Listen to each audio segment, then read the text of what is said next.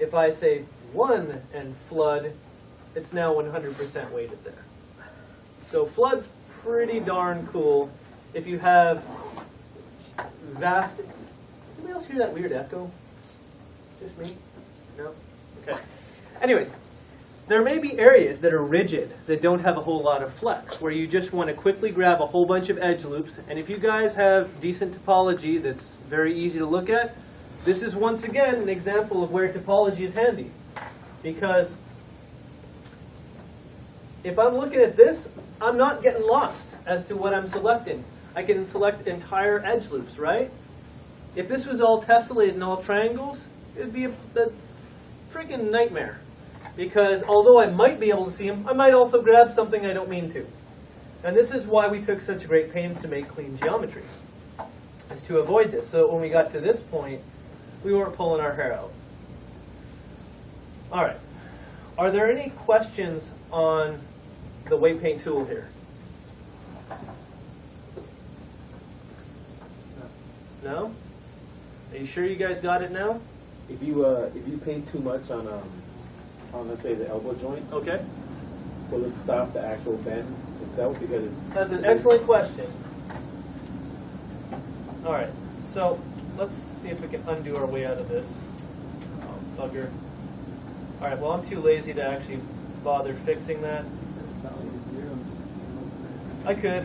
But instead what I'm going to do is, where am I? Skin, detach skin. And it wasn't really the bee's knees, so I'm not panicked here. And the only reason it's still this color is because it was at one point. Because it was at one point bound. Yeah, if you look at it now, it has no history, even though it looks like it should. It's just permanently dyed. Somebody tie-dyed my joints. I have to live with it now. It was my favorite shirt. What am I going to do? Yeah, it's my favorite shirt. I just got to wash it and, like a trooper, put it on and live with it. Okay, so joint geometry, smooth bind. Okay, so the question was, if I create a solid weight here, will it not move? Short answer, yes. If I go into my weight paint tool here, select the geometry in the weight paint tool, and I go to shoulder, and I hit 5 so I can see what the hell it is I'm looking at. I go around to this elbow here, opacity 1, value 1, replace or add, doesn't matter if we're doing solid value. I'm going to go replace, and I paint that right there, solid 1. I got rid of my animation. Oh no, I didn't. Cool. Now, let me turn on the wireframe. Now it just says no at those joints. Make sense? Okay, so let's bend it a little bit. Let's bend it a little bit, and I'm going to go to elbow, and I'm just going to press Shift and drag over there. That's what smooth does. So can you weight solidly to something and then go back over it to try and get it like that? Yes. But smooth, once again, we're playing with fire. We don't know where that extra weight was thrown. It was probably thrown in a logical place, but it might have been thrown in a stupid place. Does that make sense? All right. So hopefully we've beaten the horse friggin' dead on weight painting with the weight paint tool. Yeah? Is anybody slightly hazy on that still? If the answer is yes, just let me know. I'll go through it. Yeah? The actual painting itself is what throws me out when you're like between the joints and this and the... Ah, okay. Well, okay. When you go into the weight paint tool, you have the geometry selected and you have the weight paint tool active. It looks like the joints are selected, but it's actually just the joint we have highlighted that we want to paint. Is that what you're talking about? Well, when you're like switching between, when you're actually like painting, you're switching between how it's, I don't know how to Each joint? Like this? Yeah, but when you switch, you're like, you go into that and you're messing with it and then you switch to another one and you mess with it again. I see. Yeah, no, that's exactly what I need, because I get this already. If I don't get questions like that, I don't know how to address any possible confusion. That's a good question. Okay. This joint right here, we can see it's this one, right?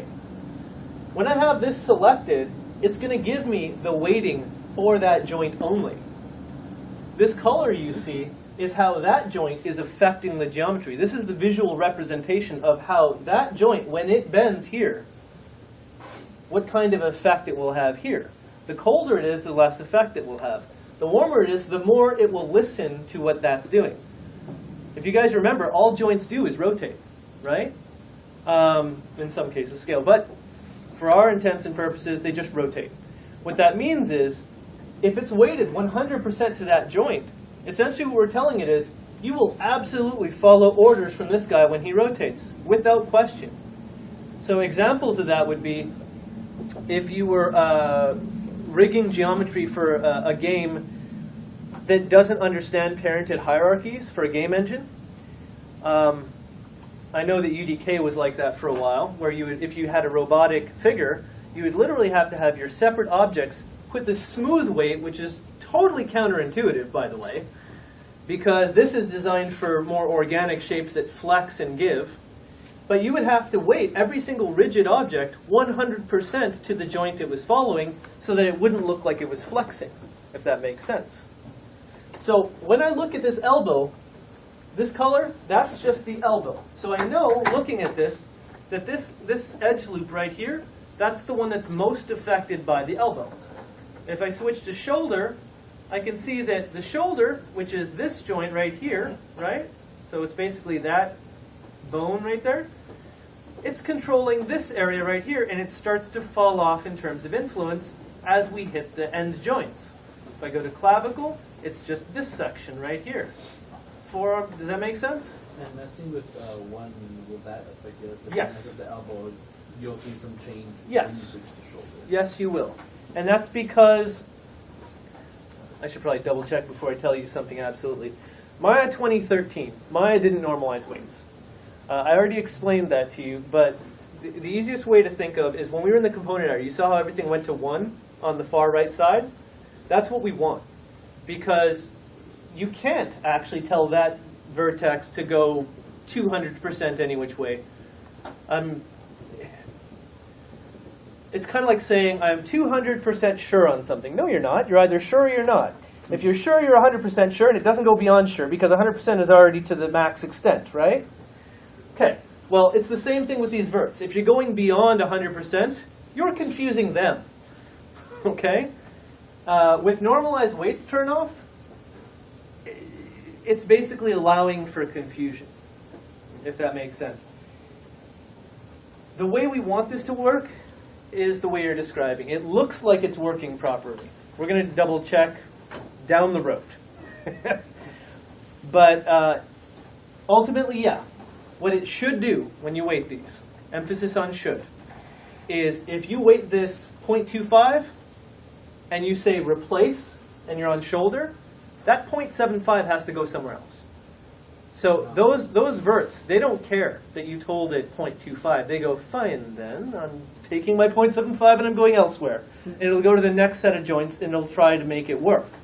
And all it does is it tries to make the math go to 100%, because there's no way to have 0.9 of a weight on any one of these verts. They only understand what they're being told. And they have to balance out to 100%, if that makes sense. So when you paint them, yeah, it will redistribute weight. Make sense? Okay. Let me double check something here. Do skin, edit smooth skin, enable weight normalization. Why you would disable it is beyond me, but so far so good. Skin, edit smooth skin, normalize weights. They are now normalized. They will now go to 100%. If you can remember that process, you're in good shape.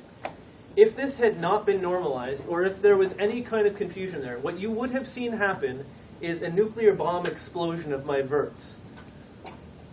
It would have looked like this was no longer the best arm in the world. It would have looked like a porcupine. And it would have just thrown verts scatterbrained just all over the place. When you click normalize weights, it says bring them down into a range of 1.